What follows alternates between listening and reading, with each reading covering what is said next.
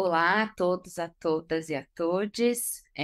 Muito prazer. Meu nome é Ana Carolina Venturini.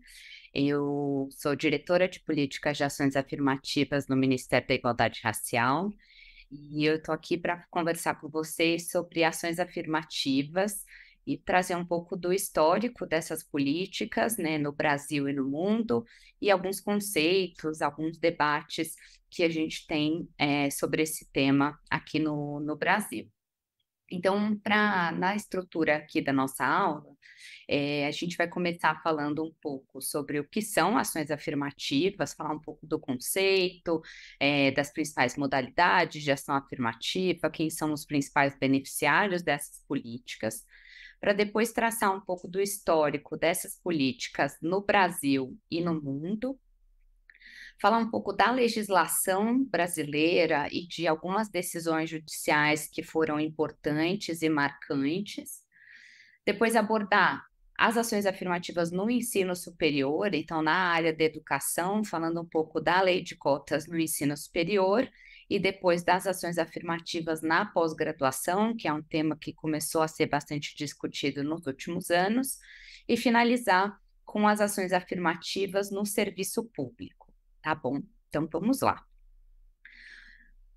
Bom, as ações afirmativas são políticas, né, que podem ser tanto públicas quanto privadas, elas podem ser criadas tanto por entes públicos quanto privados, e tem com a finalidade de promover recursos, oportunidades e direitos de grupos que já foram, né, ou ainda são alvo de discriminação na sociedade ou que estão em situação de desigualdade, de vulnerabilidade, tanto socioeconômica quanto outros tipos de vulnerabilidade. É importante a gente pensar que a ação afirmativa é um conceito amplo, né? Ele abarca várias modalidades de políticas e iniciativas.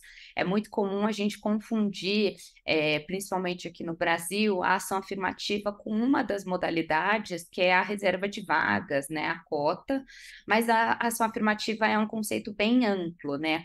A literatura conceitua ações afirmativas de forma muito ampla. As ações afirmativas, elas já existem mais ou menos desde a da década de 60, e a gente tem conceituações desde, assim, mais restritas, que restringem um pouco mais essa ideia, e conceituações mais amplas, que veem esse tipo de política de forma mais ampla.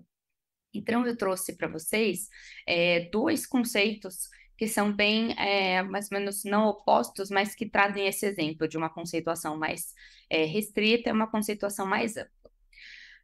A conceituação mais ampla que eu trouxe é uma conceituação do professor João Ferri Júnior, Luiz Augusto Campos, da Verônica Daflon e minha, no livro Ação Afirmativa, Conceito, História e Debates, em que a gente traz essa visão da ação afirmativa como todo, né, programa, iniciativa, que tem como objetivo conferir recursos, direitos especiais para pessoas, né, que fazem parte de um grupo social específico e tem essa finalidade de um bem coletivo, né? Ela tem como objetivo atingir, fazer um bem, melhorar a vida da sociedade, atingir um bem coletivo.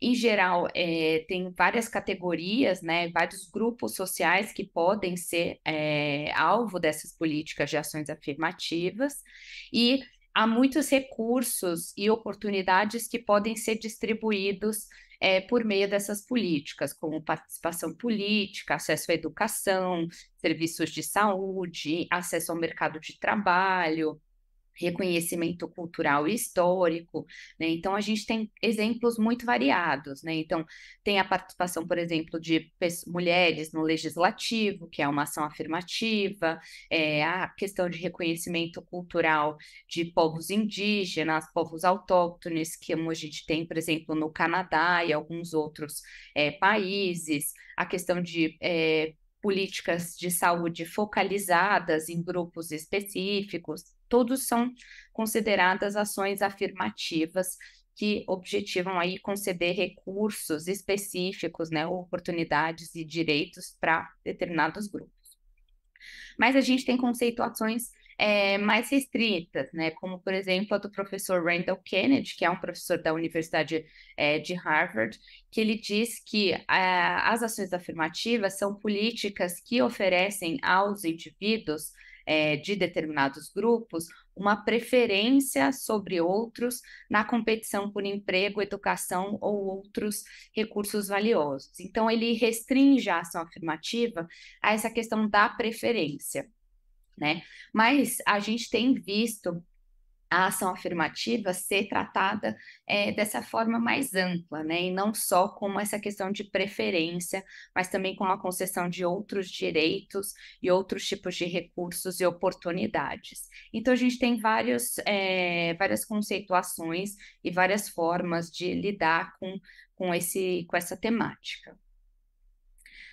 Como eu falei, no Brasil a gente tem muita confusão com a ação afirmativa e cota, né? As ideias, é muito comum a gente ouvir os termos sendo usados de forma como se fossem sinônimos, mas eles não são. Porque falar que a gente vai criar uma ação afirmativa significa que a gente pode criar uma série de políticas em diferentes modalidades. Não significa que a gente só vai adotar uma cota, né, uma reserva de vagas. A cota é só uma modalidade de ação afirmativa, um tipo de ação afirmativa em que uma parte das vagas, né, de um processo seletivo, ela é reservada para pessoas que pertencem a um determinado grupo ou a vários grupos, né, que preenchem determinados requisitos. Ela, obviamente, no Brasil se tornou a modalidade mais famosa e a modalidade mais eficaz, principalmente no ensino superior, de inclusão de determinados grupos, mas ela não é a única modalidade, existem outras formas, né, da gente fazer ação afirmativa, e por isso que eu trouxe esse ponto para vocês. Mas é muito comum, a gente vê até em jornal, às vezes até os jornalistas confundem, autores também confundem e usam os termos como se fossem sinônimos. Um outro ponto também é que em alguns países, né, a literatura usa não só o termo ação afirmativa, né, no inglês eles chamam de affirmative action, mas tem alguns países europeus, por exemplo, que usam o termo discriminação positiva, né, para falar de ação afirmativa, como no sentido de que você vai discriminar positivamente, né, você vai discriminar um grupo para gerar uma oportunidade, para reduzir uma desigualdade existente naquela sociedade. Então, esse também é um termo que é usado pela literatura, principalmente em países europeus, como a França, por exemplo. Um outro ponto que isso também gera muita dúvida é de se só as pessoas negras podem ser beneficiadas pelas ações afirmativas, né? É muito comum a gente falar, só tem cota racial, só tem ação afirmativa racial no Brasil ou em outros países. Mas, na verdade, não.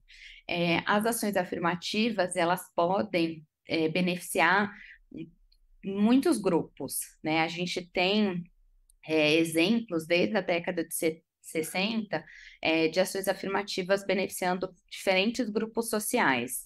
Isso em relação a cor, raça, gênero, etnia, casta, religião, deficiência, questões socioeconômicas, e vários outros aspectos, né? Então, são muitos grupos que podem ser beneficiados e esses aspectos eles podem ser tratados de forma isolada ou às vezes agrupados, né? Você pode ter mais de uma categoria sendo considerada de uma forma mais interseccional, né? Considerando, por exemplo, gênero e raça, gênero raça e a questão socioeconômica, isso também pode ser levado em consideração. Nos últimos anos, com o debate da interseccionalidade, isso passou a ser cada vez mais considerado em algumas discussões sobre as ações afirmativas também.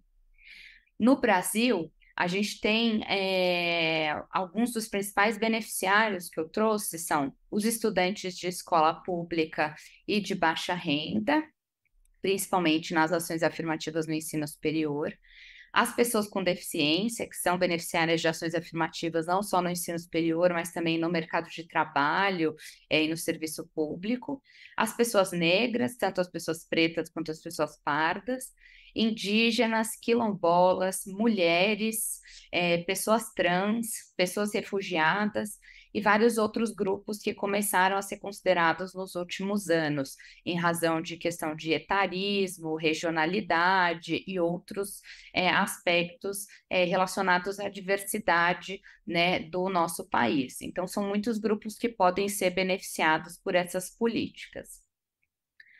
E como eu falei, a gente tem muitas modalidades de ação afirmativa. Eu trouxe aqui alguns exemplos de modalidades que existem no setor público e no setor privado também. Então, a gente tem, por exemplo, a concessão de bolsas de estudos e auxílios estudantis, focalizadas em grupos específicos. Isso é considerado uma ação afirmativa. Então, por exemplo, políticas de permanência para estudantes indígenas e quilombolas é considerado uma ação afirmativa.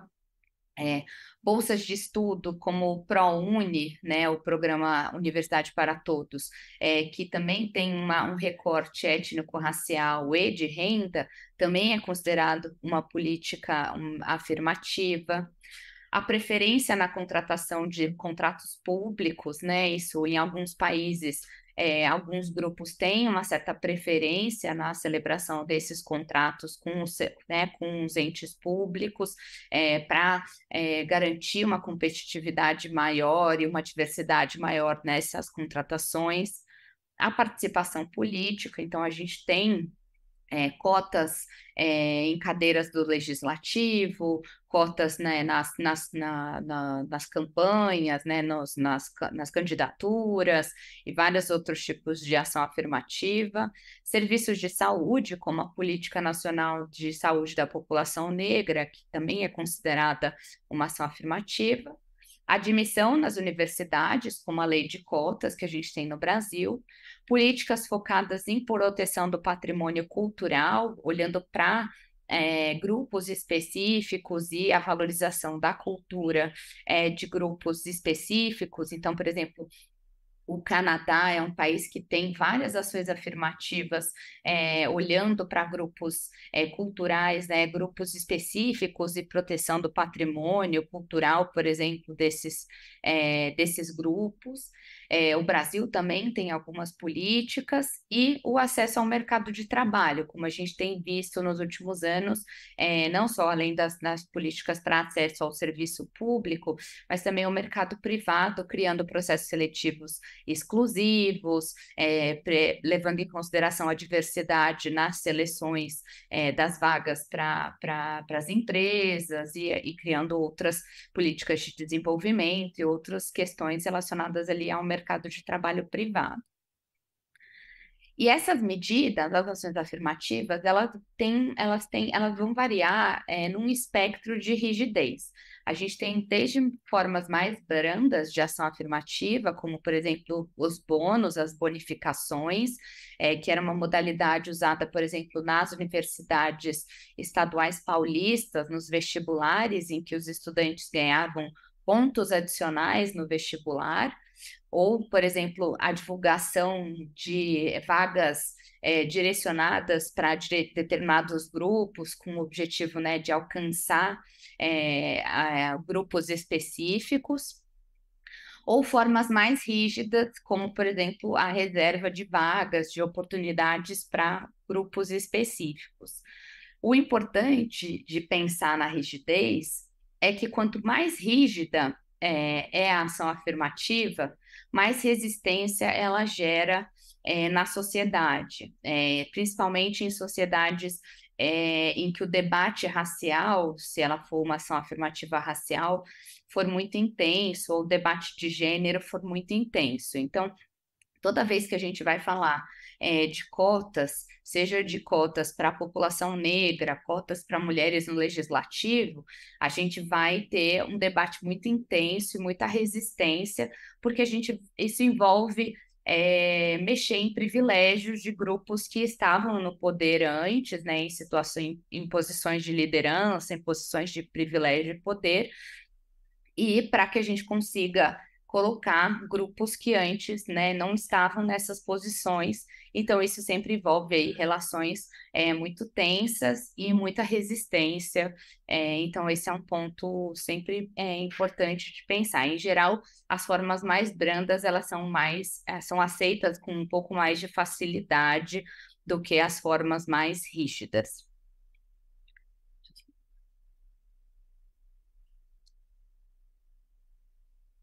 Na educação, como eu falei, a gente tem algumas modalidades que ficaram mais famosas, principalmente aqui no Brasil. A reserva de vagas, né, as cotas, que são políticas rígidas, as bonificações, essas pontuações acrescidas, que começaram a ser adotadas lá atrás nos vestibulares. Depois elas começaram a ser adotadas também em concursos públicos, né? Recentemente elas passaram a ser adotadas em concursos, por exemplo, para docentes e outros servidores em algumas universidades públicas, e também na seleção para pós-graduação, como forma de compensação, por exemplo, da licença, do período de licença maternidade de mulheres que se tornaram mães e outros grupos com relação à bonificação. A criação de vagas adicionais direcionadas a grupos específicos e reservadas a esses grupos, processos seletivos exclusivos e com regras diferenciadas, como, por exemplo, vestibular indígena, vestibular quilombola, ou editais exclusivos, seleções exclusivas para determinados grupos, e outras políticas assim que a gente acha que né, a literatura considera que são menos rígidas, principalmente as que são ligadas à permanência estudantil, assistência estudantil, como distribuição de bolsas, moradia e outras questões, tá? Então, em geral, essas são as principais políticas que a gente tem, as principais modalidades de ação afirmativa que a gente tem na área da educação aqui no Brasil. E aí, voltando para as primeiras experiências de ação afirmativa,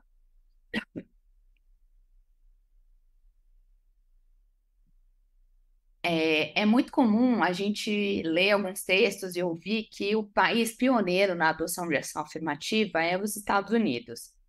Mas, na verdade, o país pioneiro na adoção dessas políticas é a Índia. A Índia começou a adotar ações afirmativas no início do século XX, com a Constituição Indiana de 1950, que nesse período já reservava vagas no governo, em assentos do legislativo, em cargos públicos e no ensino superior, né? Então, a Índia ela fez o pacote completo de ações afirmativas, com reserva de vagas em vários setores, para tentar compensar e reduzir as desigualdades oriundas do regime de castas que existia na sociedade indiana até aquele momento. Então, os principais beneficiários, né, das ações afirmativas eram integrantes, pessoas que integravam grupos raciais, étnicos ou sociais, como, por exemplo, Dalits e Adivasis, que são comunidades rurais, né, de baixo status no sistema hindu, e esses grupos representavam em torno de 24% da população, então era um grupo bem significativo, mas que era muito, tinha pouco acesso à educação e a espaços de poder. Então, por isso que as ações afirmativas começaram a ser criadas. Mas os Estados Unidos acabaram se tornando o país com maior influência no debate brasileiro, né? E no debate mundial sobre ação afirmativa. A expressão ação afirmativa, ela já tinha sido usada em 1945, numa lei contra a discriminação no emprego, no estado de Nova York, mas ela não era utilizada no sentido que eu expliquei de ação afirmativa, né, de uma discriminação positiva, de uma política que visa reduzir uma desigualdade ou compensar uma discriminação do passado. Ela era usada mais com o objetivo de você não discriminar, era, né, você não podia discriminar, era uma ação para não discriminar pessoas no emprego. Então, ela não tinha esse sentido que a gente conhece hoje. Só a partir da década de 60 que o termo começa a ser utilizado com esse significado de realmente uma política que visa ou realmente reduzir desigualdades ou compensar, né, uma discriminação existente ali no passado ou que ainda existia na sociedade naquele momento. E aí, a partir daí, tanto entes privados quanto entes públicos passam a adotar ações afirmativas. As ações afirmativas se tornam muito famosas no acesso ao ensino superior, com algumas universidades muito famosas adotando políticas nos seus processos seletivos, né, para estudantes. E a gente tem, em 1978, a primeira decisão da Suprema Corte sobre o tema, que era uma decisão sobre um caso da Universidade da Califórnia, em que a Corte considerou inconstitucional a política baseada em reserva de vagas para grupos minoritários, né, baseada na raça. Mas, então, assim, cota, né, reserva de vagas era inconstitucional, era incompatível com a Constituição dos Estados Unidos, mas a Suprema Corte reconheceu que o objetivo de ter um corpo discente diverso era compatível com a Constituição dos Estados Unidos e autorizou que o fator raça fosse um dos elementos considerados no processo de admissão dos estudantes, tanto no curso de graduação quanto nos cursos de pós-graduação. E aí, depois disso, aconteceram outros casos e esse precedente permaneceu, esse entendimento foi mantido, até que em junho de 2023, a Suprema Corte reverteu esses precedentes e declarou inconstitucionais os programas de ação afirmativa num julgamento histórico, né, dos programas adotados pela Universidade de Harvard e pela Universidade da Carolina do Norte. Então, a Suprema Corte entendeu que não existe a possibilidade de considerar a raça como um dos muitos fatores para decidir quais candidatos vão ser admitidos, mas ela decidiu que elas podem considerar, né, nas suas decisões de admissão, uma eventual discussão que o candidato faça sobre como a raça afetou a sua vida, né, seja por meio da discriminação, da inspiração ou de outra forma. Então, as universidades elas têm uma espécie de uma brecha para levar em consideração uma discussão de raça nos ensaios, nas cartas que os estudantes anexam ali no processo seletivo.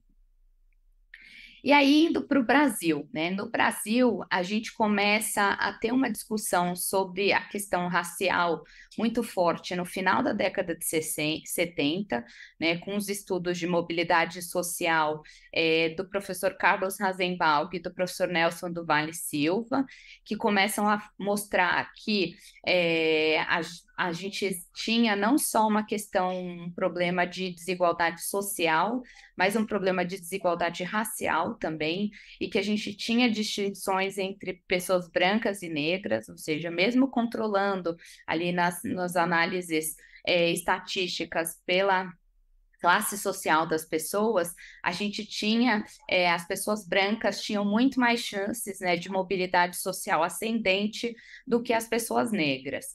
E esses dados, né, e no contexto ali da redemocratização, permitiram que os movimentos negros tivessem uma postura muito mais propositiva e articulada e conseguissem demandar, né, muito mais essa mudança na sociedade e denunciar o racismo que existia na sociedade. Então, em 83, o Abdias de Nascimento, na época deputado, apresentou um projeto de lei que propunha a reserva de vagas para pessoas negras no serviço público, mas infelizmente não foi, no projeto não avançou.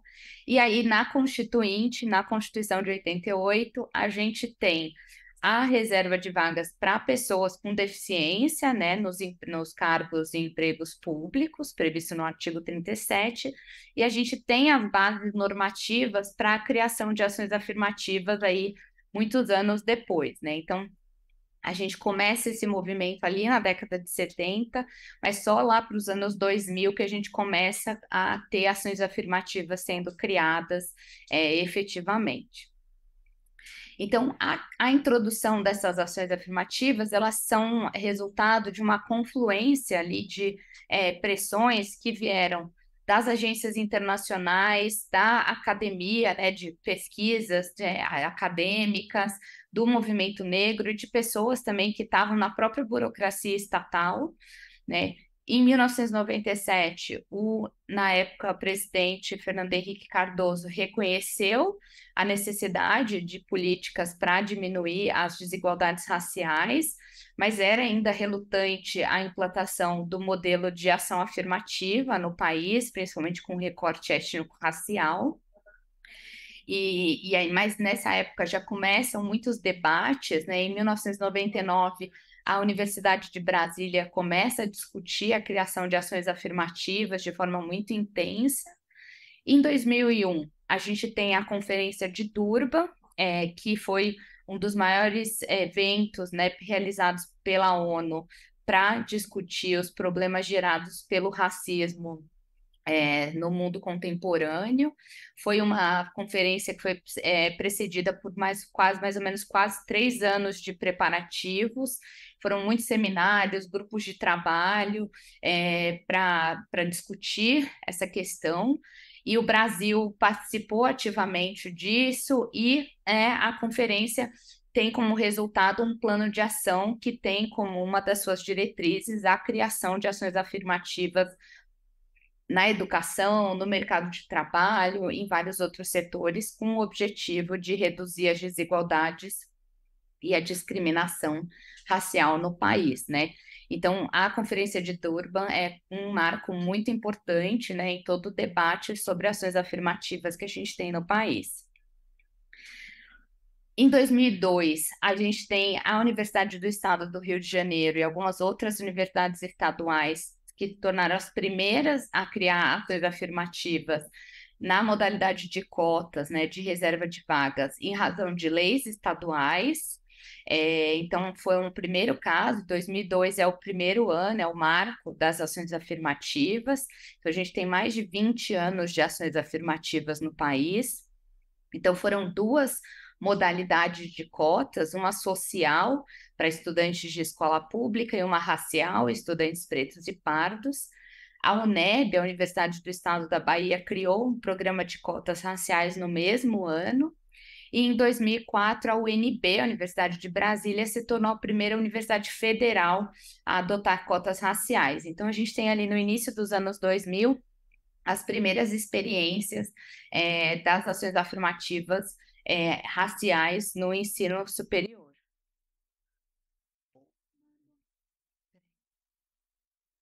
Tem 10 minutos.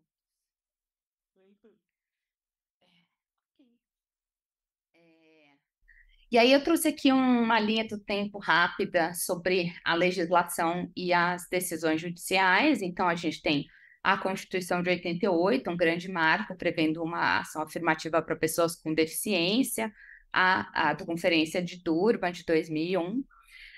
Em 2002, a gente tem uma lei federal que criou o programa Diversidade na Universidade, e as universidades, né, que criaram as primeiras ações afirmativas.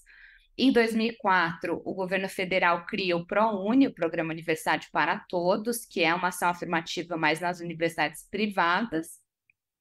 Em 2010, a aprovação do Estatuto da Igualdade Racial, que também incentiva as universidades públicas a criarem ações afirmativas para a população negra. Em 2012, e nesse processo, né, foram muitos casos, muitas universidades nesse tempo passaram a adotar ações afirmativas, e aí muitos casos chegaram no judiciário, até que um deles foi julgado pelo Supremo Tribunal Federal em 2012, e o Supremo Tribunal Federal reconheceu por unanimidade que as cotas eram constitucionais, né, as cotas raciais, na DPF 186, né? Então, esse foi um marco importante. E no mesmo ano, o Congresso Nacional aprovou a Lei Federal 12.711, que cria as cotas sociais e raciais nos cursos, né, de graduação das instituições federais de ensino superior e de nível médio técnico.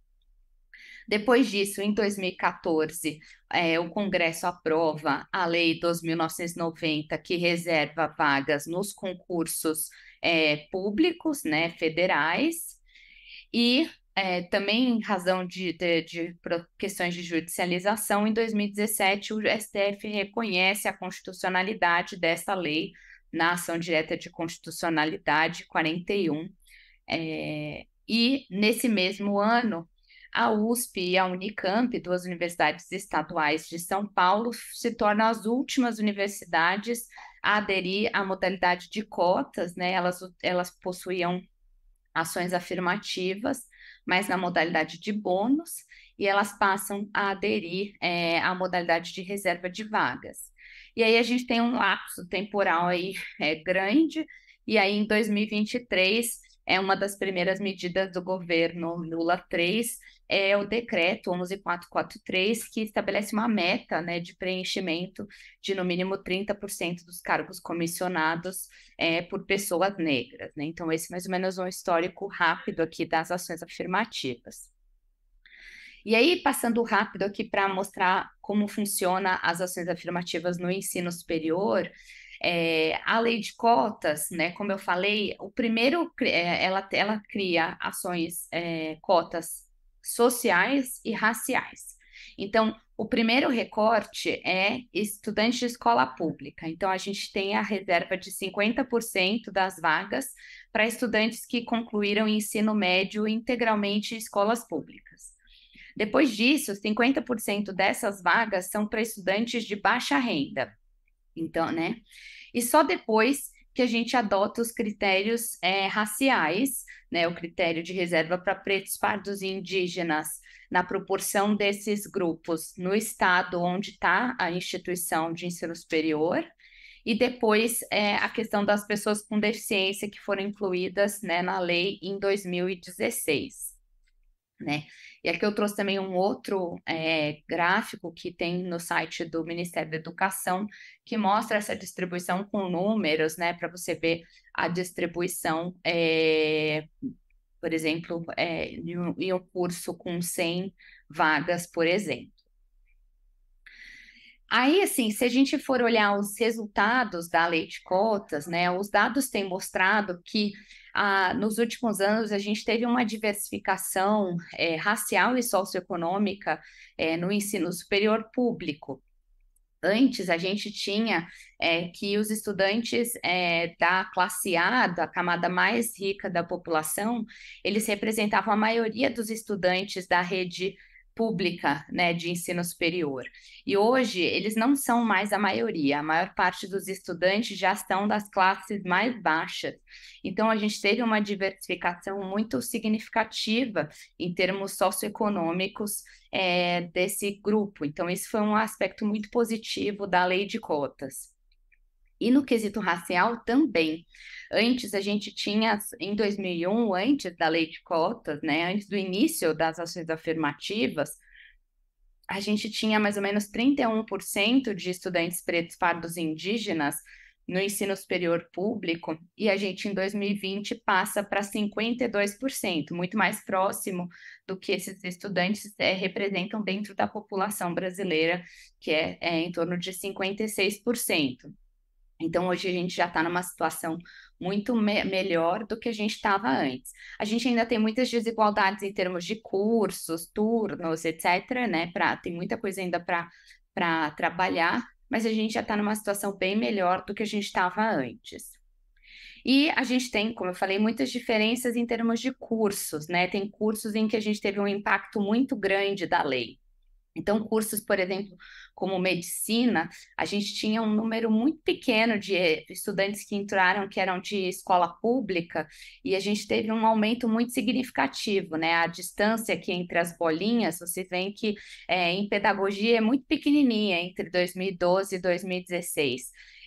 Já em medicina, relações internacionais, odontologia, a distância é muito grande, então teve uma ampliação muito maior de participação de estudantes de escola pública em cursos que antes a gente tinha uma participação muito pequena, né, desses estudantes. Então, esse é um aspecto muito importante, muito significativo, da lei de cotas. E como eu falei, as ações afirmativas também estão sendo adotadas na pós-graduação, né? Em 99, quando a UNB começou a discutir essa questão, a primeira parte da proposta que eles apresentaram já mencionava que o acesso da pós-graduação era restritivo, mas na época isso não foi, a proposta ficou restrita à graduação. Em 2002, quando a UNEB adota cotas, né, no ensino superior, ela já adota para pós-graduação também. A gente tem, no início dos anos 2000, alguns programas da Fundação Carlos Chagas com a Fundação Ford, que são consideradas as primeiras experiências de ação afirmativa, mas só ali em 2014 a gente tem a primeira legislação a respeito do tema, que é uma lei estadual do Rio de Janeiro, e a primeira normativa federal é de 2016, que é uma portaria normativa do MEC, na véspera do impeachment da presidente Dilma Rousseff, que pedia para os programas apresentarem propostas, né, para incluir pessoas pretas, pardas, indígenas e com deficiência nos seus programas de pós-graduação. Em 2018, quando eu terminei a minha pesquisa do doutorado, a gente tinha ali 26% dos programas de pós-graduação das universidades públicas com ação afirmativa. Em 2021, a gente já tinha, esse número já saltou para 54%, né? Teve um aumento bem significativo. É um tema que tem sido muito debatido entre as universidades e os programas de pós-graduação. A maior parte das universidades, dos programas, né, adota essas políticas por conta de resoluções que foram aprovadas pelas universidades, mas tem alguns casos de programas que criaram as ações afirmativas por conta de leis estaduais, como é o caso do Rio de Janeiro e do Piauí. E aqui a gente tem as modalidades, né? A modalidade de cotas é a que prevalece, mas a gente também tem as vagas suplementares, as bonificações, e os grupos são muito variados. Os pretos, pardos, indígenas e pessoas com deficiência prevalecem, então é uma política que beneficia grupos bem diferentes da graduação, em que, né, os estudantes de escola pública são os principais beneficiados, né? Mas a gente vê outros grupos entrando, como quilombolas, pessoas trans, ciganos, refugiados e outros povos e comunidades tradicionais. Então, é uma política que tem sido bastante ampliada, bastante discutida. E com relação às ações afirmativas no serviço público, a gente tem no Brasil, como eu falei, a Lei 2.990, que foi aprovada em 2014 e que reserva 20% das vagas nos concursos públicos da administração pública federal para pessoas negras. A lei estabelece que essa reserva ela só é aplicada quando o número de vagas no concurso for igual ou superior a 3, né? E então isso é uma questão que gerou muitas controvérsias no período de vigência da lei, porque muitos concursos, por exemplo, na área docente, alguns concursos específicos em algumas carreiras não tinham essa quantidade de vaga, então a reserva não era aplicada. Em muitas universidades, o que acontecia é que os departamentos separavam os concursos, então cada departamento fazia o seu concurso. Então, tinha um concurso para sociologia, um concurso para odontologia, um concurso para ciência política, um concurso para matemática, um para engenharia, cada um com uma, duas vagas para professor efetivo, e aí não era aplicada a reserva de vagas. Só depois de alguns anos que as universidades começaram, e nem todas, algumas, a pensar em medidas para tentar agrupar essas vagas, então juntar essas vagas em um único edital e fazer um sorteio, alguma medida para garantir que a reserva fosse aplicada a essas vagas. Então, nisso foram perdidas muitas vagas, né? Nos concursos públicos. Além disso, a gente também não teve uma quantidade muito significativa de concursos federais nesse período, por conta do corte de gastos, né, do teto de gastos e do corte de orçamento federal. Então, muitos concursos não foram realizados, então isso também prejudicou um pouco a aplicação da lei. A aplicação da lei também foi marcada por um cenário de muitas controvérsias judiciais, principalmente os primeiros anos de aplicação da lei. Muitos concursos foram suspensos por decisão judicial por conta da reserva de vagas, né, para pessoas negras e algumas denúncias de fraudes nos concursos. Então, por conta disso, o Conselho Federal da OAB, da Ordem dos Advogados do Brasil, entrou no Supremo Tribunal Federal com a ação declaratória de constitucionalidade para garantir o reconhecimento da constitucionalidade da lei. E em 2017, o STF julgou a ADC 41 e declarou que a lei era constitucional e compatível com a Constituição Federal de 1988. E também considerou que era legítima a utilização da autodeclaração e também de critérios subsidiários de heteroidentificação, né, como as comissões de heteroidentificação, que hoje são muito utilizadas, né, tanto nos concursos públicos como nas universidades, para evitar fraudes, né, e para garantir a eficácia da política pública. E aí, olhando para a avaliação, como eu falei, a gente não teve muitos concursos, teve essa questão das fraudes, a questão dos concursos nas universidades e institutos federais que tinha esse fracionamento de vaga. Então, o que os estudos têm mostrado é que esses 20% da reserva não estão sendo atingidos, né, pela administração pública federal. Então, uma pesquisa que foi realizada pela ENAP mostrou que depois de 2014, a gente tem um aumento do número de servidores cadastrados no SIAP, que é o Sistema Federal para Cadastro dos Servidores.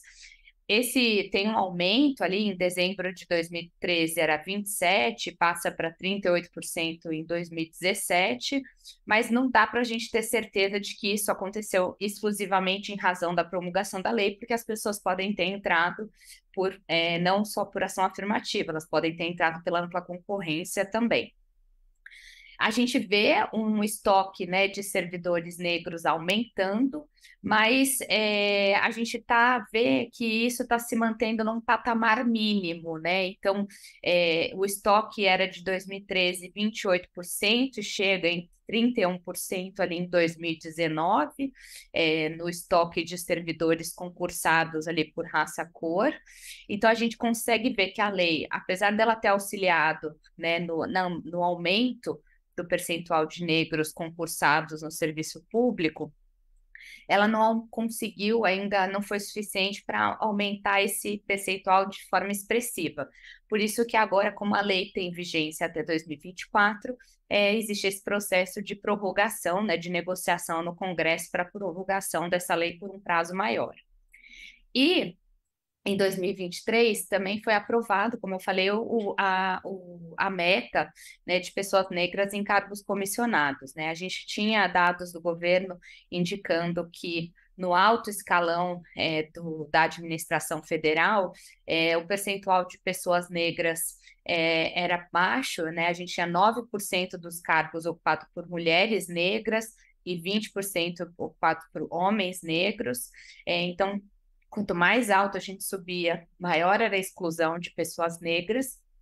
Então, esse decreto vem para tentar estabelecer essa meta, primeiro global e depois para específica para os órgãos, né, com uma meta de preenchimento aí até 2025, e a divisão dessa meta em dois níveis, né, para a gente alcançar essa meta na média liderança e na alta liderança, né, para garantir essa representatividade nos dois níveis. Então, esse foi um panorama, assim, bem rápido das ações afirmativas, principalmente com recorte racial no Brasil. Espero que vocês tenham gostado e agradeço muito aí a oportunidade de estar com vocês. E ficam aqui as referências, principais referências que eu usei para essa aula e também os meus contatos. Obrigada, e até mais.